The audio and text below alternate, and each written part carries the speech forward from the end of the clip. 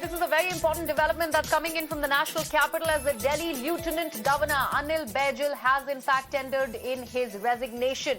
Now, this after having served a long tenure of more than 5 years and 4 months in the national capital. Now the Lieutenant Governor of Delhi, Anil Baijal, has resigned, citing personal reasons. My colleague Srinjoy Chaudhary now joins me on the broadcast. Srinjoy, personal reasons because of which this resignation has been tendered in. Yes, his term was long over. Normally, a lieutenant governor has a term of about 3 years. He has been lieutenant governor for over 5 years, is what we know. So, naturally, his term was over. And yes, he has had a very long career as a bureaucrat. He has been Home Secretary. He has been Urban Development Secretary. And he is known for his probity. He is known for his being decisive, all the things you would expect from a very, very strong bureaucrat. And now, of course, he has resigned. He has said it is for personal reasons.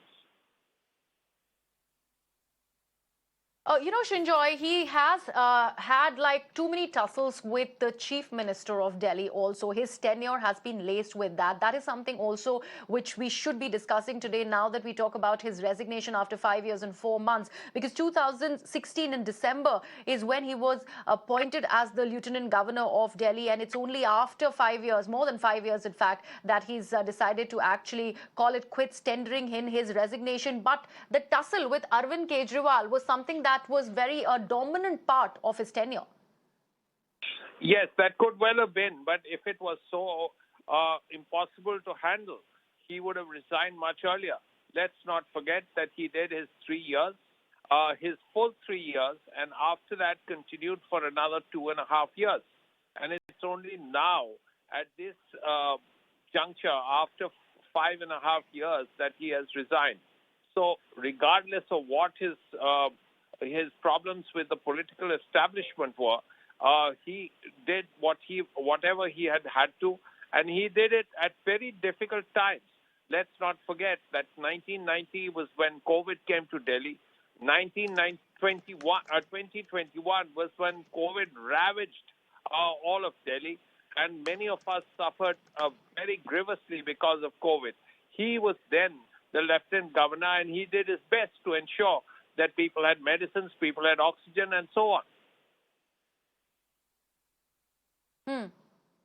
Absolutely. Srinjoy, in fact, the timing when he has resigned, there's so much happening in the national capital. While we talk about the demolition drive that's currently on at the South Delhi Municipal Corporation, there's been a massive fire in Mundaka as well, with 27 lives having been lost because of that. Too many, charges that have been flying left, right and center with the Aam Aadmi Party accusing the MCD and also in turn the BJP. All of that is happening while this resignation is coming. Yes, undoubtedly. Let's not forget that India is known for its very lively political discourse. So at any given time, you would have to assume, particularly the way Delhi is structured, that Delhi government has partial power, right. Police and all that remain with the center. The lieutenant governor is somewhere there with a certain number of issues that he has to look after. So there is a lot happening there, and Delhi will always be an area which will be Absolutely. very lively. So quite understandable that all this has been happening. All right. But what we hear from Anil Baijal is that he has resigned for personal reasons. All right, Srinjoy, thank you so much for joining us with all those details. In fact, I'm now joined on the broadcast by Mirror Now's editor-in-chief, Mr. Nikunj Garg. Nikunj, I was asking the question to Srinjoy. I'll pose the same to you also. Anil Baijal's tenure has been dominated with his bickering with the Delhi Chief Minister Arvind Kejriwal also. Now he's resigning, and much ahead of his, much after a longish sort of a tenure, because not 3 years, this is 5 years, over 5 years that he served as the Lieutenant Governor of the national capital. Well, yes, Griha, the fact remains that it indeed was a tumultuous innings, as you are hinting at.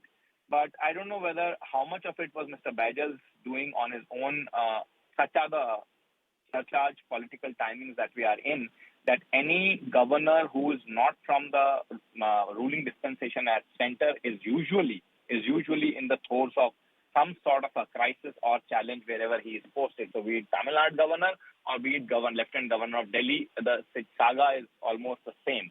However, let's not lose sight of the fact at this moment that the Lieutenant Governor of Delhi is a very it's a functional post, and unlike the governor houses elsewhere, it is almost virtually as, if not more, as powerful as the Chief Minister of Delhi, with the functions like land, police, municipal corporations, all directly reporting into the Lieutenant Governor of Delhi, and almost nearly half of the executive powers of the functionalities of the state are vested in the Lieutenant Governor himself. Some of those powers are directly vested. Some of those powers are delegated powers by the Ministry of Home Affairs, because the Home Minister, of course, cannot on a day-to-day basis discharge those functions. And that is why the need for the Lieutenant Governor of Delhi too. So it's a critical post.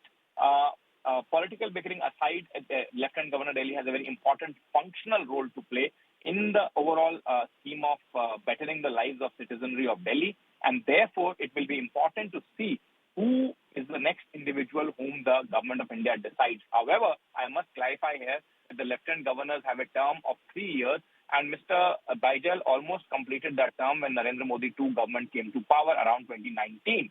The Ministry of Home Affairs, Government of India allowed him to continue with that post, but quite clearly now they have decided that Mr. Baijal needs to go, or Mr. Baijal has decided that it is enough for him at his age. Remember, he would be a 70-year-plus man, and it's not an easy job to discharge on a day-to-day basis. So he's quite clearly decided that it's time to move on. Right, Nikunj, in fact, you preempted my next question, so I'd still go ahead and ask it. Any names doing the rounds on who is going to take up the charge next? There are certain individuals, particularly individuals with the background of Gujarat politics, whose names have been doing around. But trust Mr. Modi and his government to always bring a surprise. So, I would not hazard a guess here. And the fact remains that in the past, the tradition has been that someone with a very strong administrative experience, particularly of the nature of the Delhi and Government of India experience, has been appointed to this post. So whether it was Mr. Najeeb Jung, whether it was prior to him, other individuals who were discharging their duty like Mr. Markandeya Singh, they've all have had very robust administrative experience. Now, whether Government of India decides to do away completely with that practice and appoint a completely political person to that post remains to be seen, Beha.